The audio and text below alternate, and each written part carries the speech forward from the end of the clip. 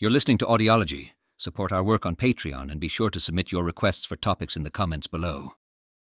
On the night from June 20th to 21st in 1791, a major event shook the French Revolution. King Louis XVI, Queen Marie Antoinette, and their family attempted to escape. They aimed to leave Paris behind and head to Montmédy, hoping to kickstart a counter-revolution with royalist troops by their side. However, their plan unraveled when they only reached as far as the small town of Varennes on Argonne. They were spotted in Sainte-Menehould, and by the time they reached Varennes, it was game over. They were arrested. This failed escape marked a turning point. Public sentiment towards the monarchy, and especially towards the king and queen, soured significantly. The botched attempt flagged the king as a traitor, a label that led him to the guillotine in 1793. What went wrong? Well, it was a comedy of errors. Delays, bad choices, and mistaken beliefs by the king compounded the issue. Among other miscalculations, Louis XVI banked on the idea that most of France still wanted a king, and that the revolutionary fervour was just a Paris thing. He figured he had the commoner's affection, a belief that proved disastrously incorrect. The fallout was intense. France was on edge, bracing for a foreign invasion, utterly shocked that the king could turn his back on the revolution. Up to that point, many saw Louis XVI as a decent ruler, chosen by divine right. Suddenly, the push for a republic wasn't just bar talk. It became the goal for France's leader. Interestingly, on the very same night, the king's brother also attempted to flee, taking a different path. He succeeded in escaping, living through the revolution in exile, only to return and take the crown as King Louis XVIII. Louis XVI's hesitation played a key role in the royal family being moved by force from the Palace of Versailles to the Tuileries in Paris on October 6, 1789, following the Women's March on Versailles.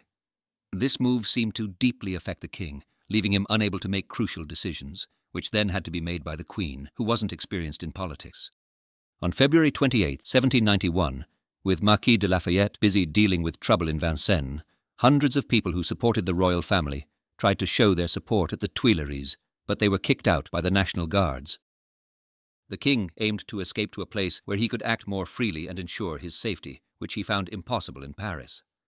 He planned to head to Montmédy, where General François-Claude de Bouillé, also known as the Marquis de Bouillé, had gathered a loyal force of 10,000 soldiers from the old royal army. General de Bouillé was known for his effectiveness. He had previously quelled a significant rebellion in Nancy in 1790. His troops included soldiers from 2 Swiss and 4 German mercenary regiments, believed to be more dependable during the widespread political chaos than their French peers. In his communication, intended for the Swiss Cantons Diet in Zurich, the royalist Baron de Breteuil conveyed that the king wished to command a force so powerful that even the boldest rebels would have no choice but to surrender. The court believed that this show of strength would inspire many loyal citizens from different social classes to support the reinstatement of the monarchy's rights, hopefully restoring order without sparking a civil war or triggering an invasion by foreign powers. The true long-term goals of the king, queen, and their inner circle remain a bit of a mystery. However, a significant document titled Declaration to the French People, which Louis XVI left at the Tuileries when he attempted to flee, reveals his desire to revert to the legal changes made in the summer of 1789. Unlike his earlier stance in June 1789, he was now open to abolishing the societal orders and accepting civil equality. Meanwhile, private letters from Marie Antoinette suggest she favoured a return to the old monarchy without any compromise, except she mentioned offering pardons to everyone except the revolutionary leaders and the city of Paris, unless it reverted to its former condition. Encouraged by the Queen, on June 21, 1791, Louis and his family embarked on a risky mission to flee the capital for the eastern frontier. With the Dauphin's governess pretending to be a Russian baroness, the Queen and the King's sister taking on the roles of a governess and nurse, the King acting as a valet, and the royal children as her daughters, they stealthily left the Tuileries Palace around midnight. The escape was orchestrated mainly by the Queen's confidant, the Swedish Count Axel von Fersen, and the Baron de Breteuil, who even managed to get support from the Swedish King Gustavus III. Fersen recommended using 2 lightweight carriages for a swift 200-mile journey to Montmédy, but this plan involved splitting up the family. In the end, Louis and Marie Antoinette decided against it, opting instead for a slower, more noticeable 6-horse coach. The royal family's attempt to escape after leaving Paris didn't go as planned, due to several setbacks. These included slow movement, mistakes in timing, a lack of stealth, and delays caused by the need to fix broken parts of their carriage. Louis XVI even stopped to chat with locals while waiting for horses to be swapped at Fromontières, and Marie Antoinette handed out silver dishes to a local official in Chantrix who helped them. In the town of Chalons, people actually came out to cheer and clap for them. However, their cover was blown when Jean-Baptiste Drouet, the postmaster in Sainte-Menehould, recognized the king from a portrait on the money he had. There were supposed to be 7 groups of cavalry support along their path, but they were either called off or blocked by the crowds that had grown suspicious before the royal family's large, slow-moving carriage could reach them. Eventually, they were arrested in Varennes, about 50 kilometers, 31 miles, short of their goal, the strongly defended royalist stronghold of Montmédy. As for whether the army of de Bouillé would have been big or strong enough to turn the tide of the revolution and save the monarchy, that's something we'll never know. When the royal family was escorted back to Paris under guard, they were met by a revolutionary crowd in complete silence, a reaction that stunned everyone there at the sight of their king. This event marked the start of the royal family's confinement in the Tuileries Palace and signalled a growing momentum towards the possible end of the monarchy and the birth of a republic. The king's attempt to flee had already damaged his reputation as a ruler who could work within a constitutional framework. Following their return, the National Constituent Assembly seemed willing to give the king another chance, but only if he agreed to the constitution. Nevertheless, disagreement from Parisian groups like the Cordeliers and the Jacobins led to a protest at the Champ de Mars, which escalated into the violent Champ de Mars massacre.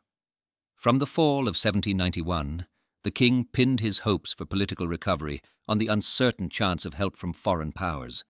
He also supported the Girondin faction in the Legislative Assembly's push for war with Austria, hoping a French military defeat would restore his power. Despite advice from moderate constitutionalists like Antoine Barnave to fully embrace the constitution of 1791 he had pledged to uphold, Louis, influenced by Marie Antoinette, opted for a secret plan against the revolution. When the king tried and failed to escape, it really alarmed a lot of other European royals. They were worried the revolutionary wave from France would sweep over their borders and wreak havoc at home. Relations, which were already stressed because of the revolution, deteriorated even further.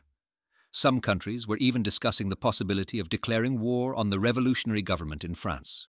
The situation intensified in April 1792, when France found itself at war with Austria. Then, the Prussian leader, the Duke of Brunswick, issued a statement declaring he would destroy Paris if anything more happened to the French royal family. This threat angered the radicals in Paris, and on August 10, 1792, they stormed the king's residence, the Tuileries Palace. This action marked the beginning of the end for the monarchy in France. After that, the king was stripped of all his power.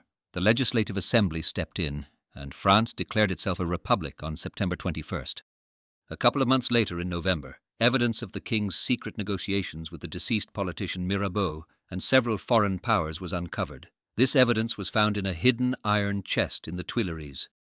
With this discovery, it was clear the king was completely opposed to the revolution's changes.